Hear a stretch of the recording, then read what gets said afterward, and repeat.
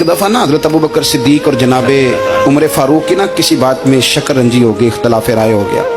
तो जनाब उमर ज़रा डाढ़ी तबीयत के बंदे थे, डांट दिया अबू बकर सिद्दीक को। तो सिद्दीक एक बार नरम बंदे थे, माड़े दा की काम मोहम्मद नस जाना या रोना। तो वो गा के ना तो पहले घर रोए, फिर हुजूर के पास चले गए। जनाब उमर कहते मुझे भी ख्याल आया कि यार ये मुझे नहीं करना चाहिए था। थोड़ी देर के बाद अच्छे लोग जो होते हैं उनका गुस्सा जल्दी उतर जाता है।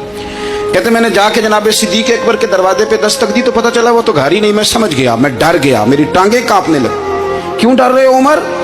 फरमाने लगे इसलिए डर रहा हूँ कि अबू बकर जब अपने घर नहीं होते तो दरवाजा रसूल पे हो।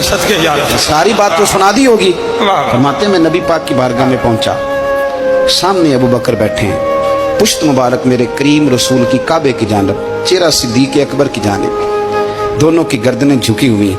जनाब उमर पाक फरमाते हैं कि मैं बैठा था और सोच रहा था, सलाम ली, जवाब मिला, पर गर्दनें नहीं उठाई दोनों ने, मुकद्दस गर्दनें झुकी रही। मैं सोच रहा था कि अब हुजूर मुझे डांटेंगे तो मैं सिद्दीक के पैर पकड़ूंगा, मैं अली को सिफारिशी बनाऊंगा, मैं मिन्नत करूंगा, लेकिन कोई बोले तो बात बने ना। कहते जब देर हो गई, ये सुकूत भी बड़ा मुश्किल होता है।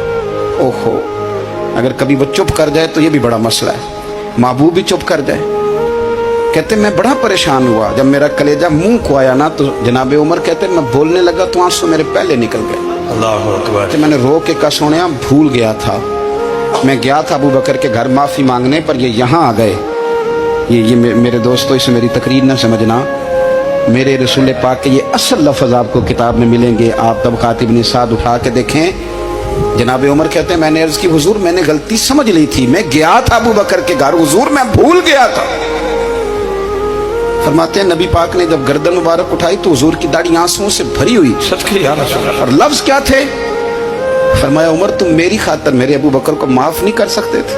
आप बात को समझे, ये नहीं फरमाया अबू बकर ने गलती नहीं की, फरमाया छोड़ नहीं सकते थे, तुम मेरी वजह से मेरे साहब को छोड़ नहीं सकते थे। फिर हुजूर ने फरमाया उमर ये सारा मक्का तलवारें लेके मुझे कत्ल करने आता था, यार ये अकेला था, इसने खोल के बाजू कहा था कि जो हुजूर तक जाएगा मेरी लाश से गुजर के जाएगा। पर मैं दुनिया भूल जाती है, मुझे याद है अबू बकर सिद्दीक ने माल भी दिया, औलाद भी दी, मेरी खातर छोड़ नहीं सकते थे।